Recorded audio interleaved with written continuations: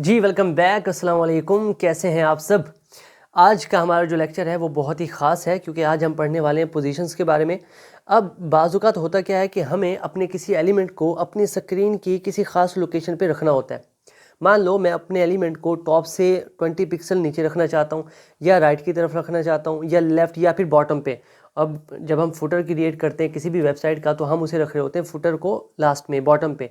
तो हम ये सारी चीज़ें कैसे क्रिएट कर रहे होते हैं और कौन कौन से हमारे पास ऑप्शंस हैं, उनके बारे में हम पढ़ने वाले हैं। तो नंबर 1 पे हमारे पास जो पोजीशन आती है वो है स्टैटिक। इनको हम डिटेल में करने वाले हैं कि क्या होता है और कैसे होता है।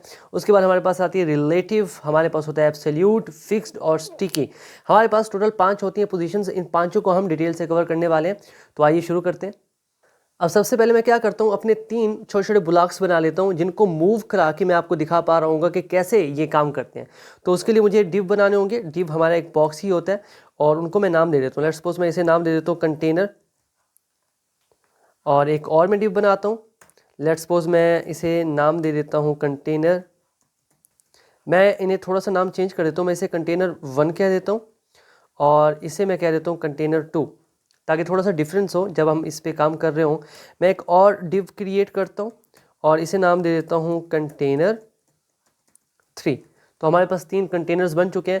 मैं क्या करता हूँ, क्योंकि मैं यहाँ पर CSS यूज़ करने वाला हूँ, तो मैं हर एक को एक आईडी दे देता हूँ। लेट्स सपोज मैं इसे आईडी प्रोवाइड करता हूँ बॉक्स 1 की, बॉक्स 1। नाउ मेरे पास जो दूसरा डिव है उसे भी मैं आईडी प्रोवाइड करता हूँ। Let me correct this ID, और इसे मैं आईडी दे देता हूँ बॉक्स अगेन, बॉक्स 2। और उसके बाद हमारे पास जो तीसरा डिव है उसे भी मैं आईडी प्रोवाइड कर देता हूँ। Let's suppose ID box 3। अब हमारे पास 3 बॉक्सेस बन चुके हैं। मैं इसे करता हूँ सेव। तो यहाँ पर हमारे पास 3 कंटेनर्स बन चुके हैं। फिलहाल ये पूरी शेप में नहीं है, हम CSS यूज़ करके इन्हें बॉक्स की शेप देंगे। अब यहाँ पर देखें, क्योंकि हमारे पास जो डिव है वो ब्लॉक लाइन एलिमेंट है, और हमने पढ़ा था कि ब्लॉक लाइन एलिमेंट क्या करते हैं, पूरी की पूरी जगह ले लेते हैं। तो सबसे पहले मैं क्या करूँगा, इनको इन लाइन में चेंज करूँगा ताकि ये एक ही लाइन में आ जाए। तो पहले थोड़ा सा इन्हें क्रिएट करते हैं। मैं जाता हूँ अपनी CSS में और यहाँ पर मैं सिलेक्ट करता हूँ बॉक्स 1 को। Let's suppose box 1। अब मैंने आईडी की थी तो मैं साथ में हैश का यूज़ करूँगा, और इसके अंदर मैं थोड़ा बहुत डिज़ाइनिंग करता हूँ। सबसे पहले मैं इसे बैकग्राउंड कलर दे देता हूँ, बैकग्राउंड कलर, और इसे मैं दे देता हूँ एक्वा। इसे मैं थोड़ी और डिज़ाइनिंग देता हूँ। लेट्स सपोज मैं इसकी जो डिस्प्ले है, डिस्प्ले मैं इसे कर देता हूँ लेट्स सपोज इनलाइन ब्लॉक। मैंने इनलाइन ब्लॉक में चेंज कर दिया। उसके बाद मैं इसे थोड़ी हाइट देता हूँ ताकि ये बॉक्स की शेप में आ जाए। हाइट मैं दे देता हूँ इसे 100 पिक्सल। याद है हमने ये शेप्स वाली एक क्लास की थी, आप उसे देख लीजिएगा अगर आपने नहीं देखी, तो उसमें हमने काफ़ी सारी शेप्स बनाई थी। उसके बाद हमारे पास आ जाता है विड्थ। विड्थ भी मैं इसे दे देता हूँ 100 पिक्सल अगेन, और मैं इसे करता हूँ सेव। जाता हूँ अपने ब्राउज़र में, इसे करता हूँ रिफ़्रेश। तो यहाँ पर देखें, फ़िलहाल के लिए हमारे पास कोई भी जो है वो चेंज नहीं आ रहा है। ऐसा क्यों है, क्योंकि मैंने अपनी CSS को लिंक नहीं किया। तो मैं क्या करता हूँ, यहाँ पर अपनी CSS को लिंक करता हूँ विद लिंक, और यहाँ पर मेरी CSS लिंक हो चुकी है। मैं इसे करता हूँ सेव। अगेन मैं अपनी CSS की फ़ाइल को सेव करता हूँ, जाता हूँ अपने ब्राउज़र में, इसे करता हूँ रिफ़्रेश। अब यहाँ पर देखें मेरा कंटेनर 1 जो है वो बन चुका है। यही डिज़ाइनिंग सेम मैं कॉपी करके बाकी के जितने भी बॉक्सेस हैं उनको दे देता हूँ। लेट्स सपोज हमारे पास बॉक्स 2 था, मैं उसे सेलेक्ट करता हूँ बॉक्स 2, और इसे मैं वही डिज़ाइनिंग दे देता हूँ।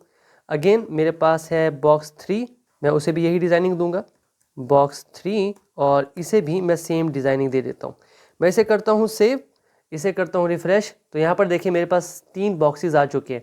तो इनको मैं थोड़ा हेडिंग देता हूँ। लेट्स सपोज मैं अपनी HTML की फ़ाइल में जाता हूँ और यहाँ पर ना मैं इन्हें एक हेडिंग देता हूँ। लेट्स सपोज H1, और मैं लिख देता हूँ कि CSS पोजीशन, क्योंकि हम पोजीशंस के बारे में बात कर रहे हैं। मैं इसे करता हूँ सेव। तो हमारे पास एक हेडिंग भी आ चुकी है। अब मैं क्या करता हूँ कि मैं इनके कलर्स चेंज कर देता हूँ ताकि हमें डिफरेंस नज़र आए। तो मैं जाता हूँ कलर्स में, लेट्स सपोज यहाँ पर, और जैसे मैं यहाँ पर हवर करता हूँ मेरे पास ऑप्शन आ जाते हैं काफ़ी सारे। मैं लेट्स सपोज इसे कलर दे देता हूँ येलो, दैट्स, मैं ये कलर देता हूँ इसे। और हमारे पास जो बॉक्स 3 है उसका भी कलर मैं चेंज कर देता हूँ। लेट्स सपोज मैं इसे दे देता हूँ पिंक। यहाँ से आप शेड भी चेंज कर सकते हैं। तो मैंने कलर चेंज कर दिया। मैं इसे करता हूँ सेव, जाता हूँ ब्राउज़र में, इसे करता हूँ रिफ़्रेश। तो यहाँ पर देखें इनके कलर्स जो हैं वो चेंज हो चुके हैं। अब बारी आती है हमारी पोजीशंस की। तो नंबर 1 पे हमारे पास थी स्टैटिक।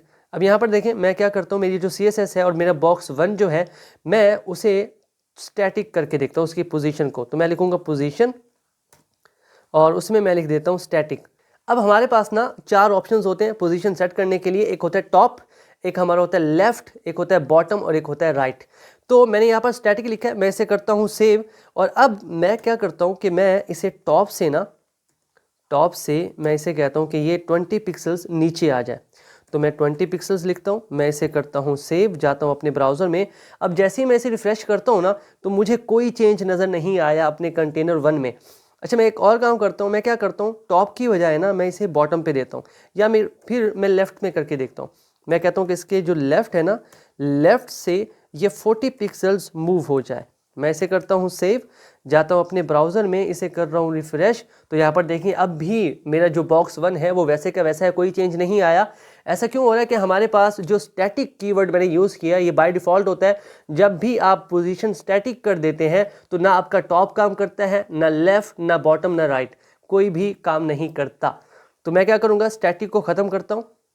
मैं क्या करता हूँ, स्टैटिक को ख़त्म करके मैं रिलेटिव कर देता हूँ। अब मैंने कर दिया इसे रिलेटिव और मैं इसे लेट्स सपोज टॉप से ना मैं कहता हूँ ये नीचे आ जाए। तो मैं कहता हूँ ये टॉप से 20 पिक्सल्स नीचे आ जाए। मैं इसे करता हूँ सेव। अब यहाँ पर देखिए जैसे मैं इसे रिफ़्रेश करूँगा तो ये जो मेरा कंटेनर 1 है जिस जगह पर अभी है इस जगह से ये 20 पिक्सल्स नीचे मूव करेगा। मैं इसे करता हूँ रिफ़्रेश, तो यहाँ पर देखिए मेरा जो कंटेनर था सेम उसी तरह 20 पिक्सल्स नीचे आ गया। तो अगर मैं चाहूँ कि इसे लेफ़्ट से करूँ तो मैं वो भी कर सकता हूँ। लेट्स सपोज मैं कहता हूँ कि ये ना लेफ़्ट से 30 पिक्सल्स मूव हो जाए। तो जैसे मैं इसे करता हूँ सेव, जाता हूँ अपने ब्राउज़र में, इसे करता हूँ रिफ़्रेश, तो यहाँ पर देखें ये लेफ़्ट से 30 पिक्सल्स मूव हो गया। अच्छा, जब भी हम ये कीवर्ड यूज़ कर रहे होते हैं रिलेटिव, इसमें होता क्या है कि जिस जगह पर वो बॉक्स मौजूद होता है उस जगह से वो मूव करता है अकॉर्डिंग टू दैट पोजीशन जहाँ वो पहले मौजूद था। यहाँ पर देखें ये यहाँ पर था, तो जैसे मैंने इसे टॉप से 20 किया ये इस जगह से नीचे मूव हुआ। तो ये बहुत अहम पॉइंट है, मैं आपको दोबारा से समझाता हूँ।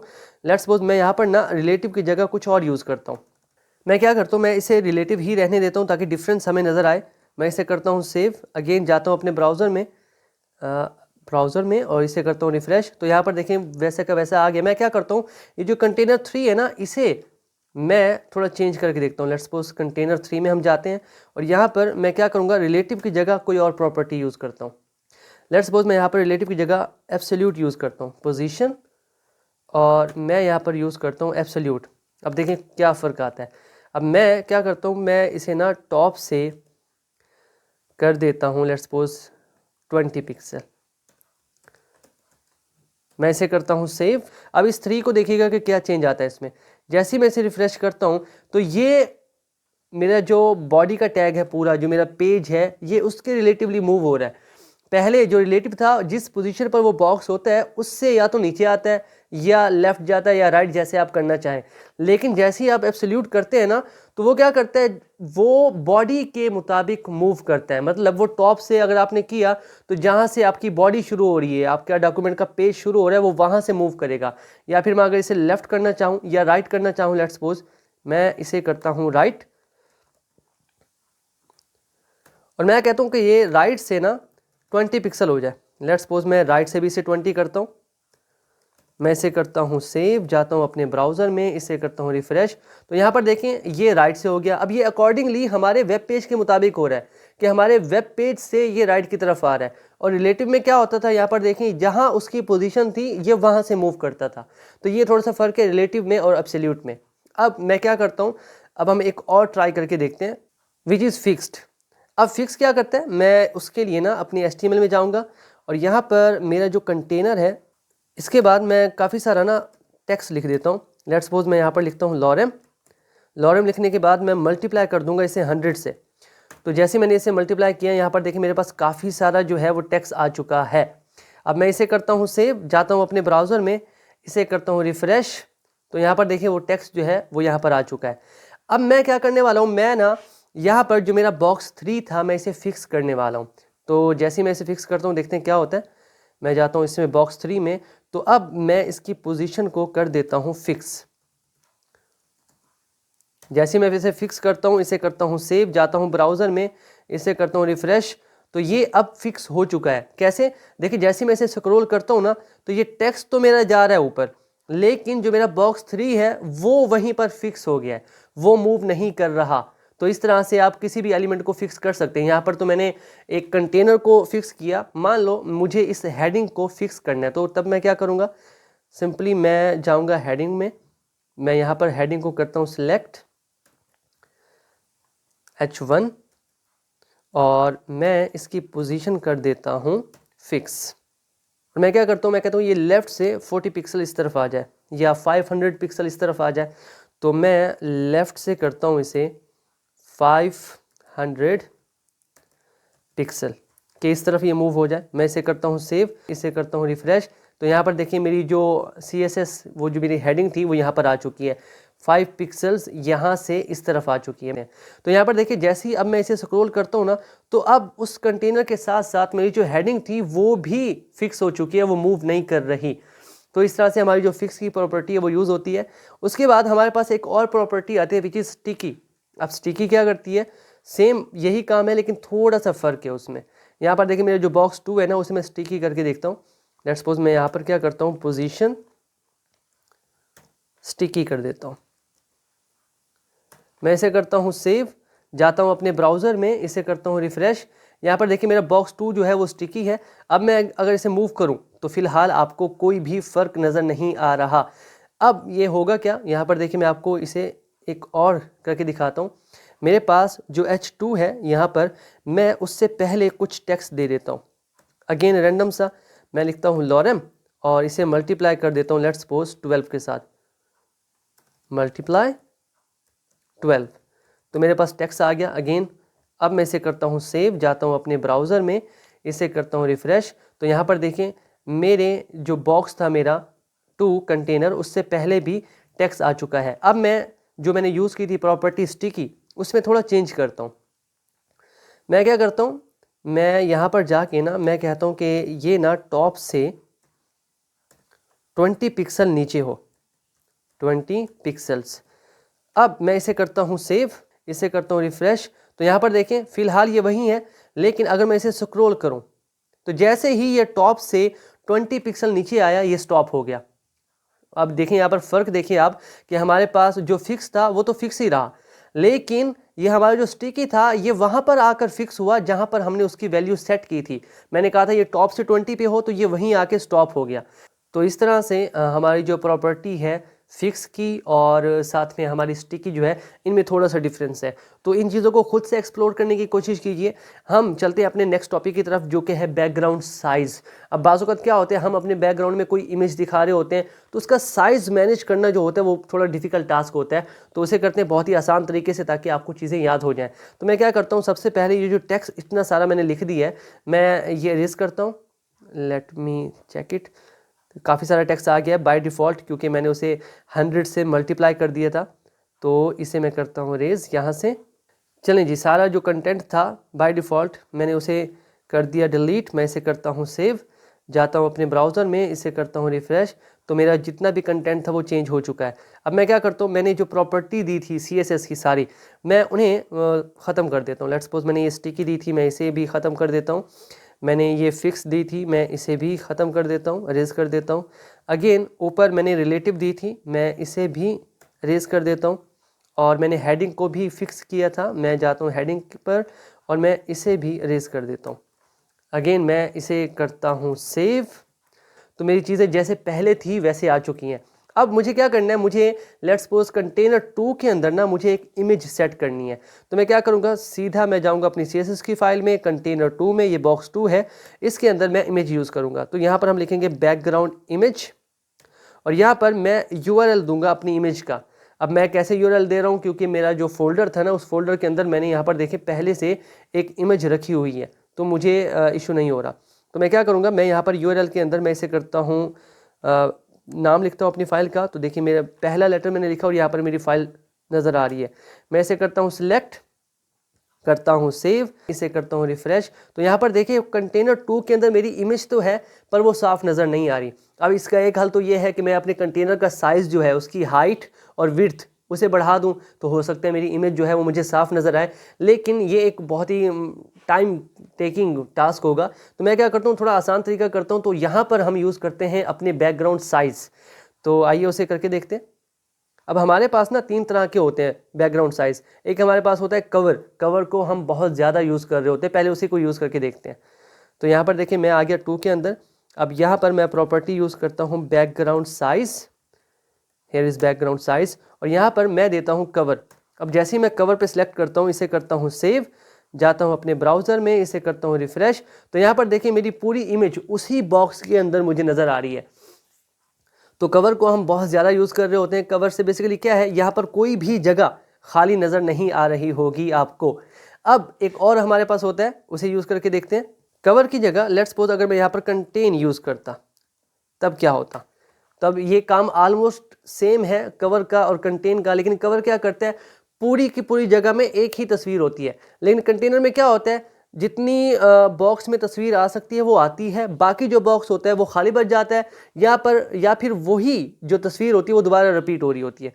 देखिए मैं ऐसे करता हूँ सेव, जाता हूँ ब्राउज़र में, इसे करता हूँ रिफ़्रेश, तो यहाँ पर देखें एक बार पिक्चर आ गई और बाकी जो जगह बची वहाँ पर तस्वीर रिपीट हो रही है। तो मैं क्या करता हूँ, इस पिक्चर को ना रिपीट नहीं होने देता। तो उसके लिए हमारे पास एक और प्रॉपर्टी होती है विच इज़ बैकग्राउंड रिपीट। मैं यहाँ पर बैकग्राउंड रिपीट करके मैं इसे कर देता हूँ नॉन रिपीट, कि ये रिपीट ना हो। मैं इसे करता हूँ सेव, इसे करता हूँ रिफ़्रेश, तो यहाँ पर देखें जगह में, जितनी जगह में मेरी पिक्चर आ रही है वो आ रही है, बाकी की जो जगह है बैकग्राउंड कलर वो खाली आ रहा है। तो ज़्यादातर हम यूज़ कर रहे होते हैं कवर को, और आपने कवर को ही यूज़ करना है, कंटेन को यूज़ नहीं करना। अब यहाँ पर एक और होता है हमारे पास ऑटो। मान लीजिए अगर मैं यहाँ पर ऑटो को यूज़ करूँ, तो ऑटो जो होता है वो बाय डिफ़ॉल्ट होता है, ये पहले की तरह नज़र आएगी जैसे पहले नज़र आ रही थी। मैं इसे करता हूँ सेव, जाता हूँ ब्राउज़र में, इसे करता हूँ रिफ़्रेश, तो यहाँ पर देखें जैसे शुरू में मेरी पिक्चर नज़र नहीं आ रही थी वैसा ही है, क्योंकि ऑटो जो होता है वो बाय डिफ़ॉल्ट होता है। तो मैं अगेन इसे करूँगा कवर, मैं इसे करता हूँ सेव, तो यहाँ पर देखें मेरी इमेज जो है वो मुकम्मल नज़र आ रही है मुझे। तो इस तरह से हमारी जो पोजीशन की प्रॉपर्टी होती है हम वो यूज़ कर रहे होते हैं CSS के अंदर, और बैकग्राउंड जो इमेज होती है उसे किस तरह से हम हैंडल कर रहे होते हैं वो भी हमने आज कर लिया। तो ये बहुत ही इंपॉर्टेंट टॉपिक थे। आपने क्या करना है, इन्हें खुद से करना है, वैल्यूज़ को चेंज करें, हूबहू मेरी तरह मत करें, कुछ वैल्यूज़ को चेंज करें। मैंने जो यहाँ पर वैल्यूज़ यूज़ की हैं उनको उनसे हट के कीजिए। लेट्स सपोज मैंने यहाँ पर बॉक्सेस का कलर कुछ और रखा, आप कुछ और रखें, बॉक्सेस का नाम आप कुछ और रखें, आईडी आप अपनी तरफ से सोचें। तो अपनी तरफ से चीज़ें करें ताकि आप एक्सप्लोर कर सकें, आप अच्छे तरीके से कर सकें।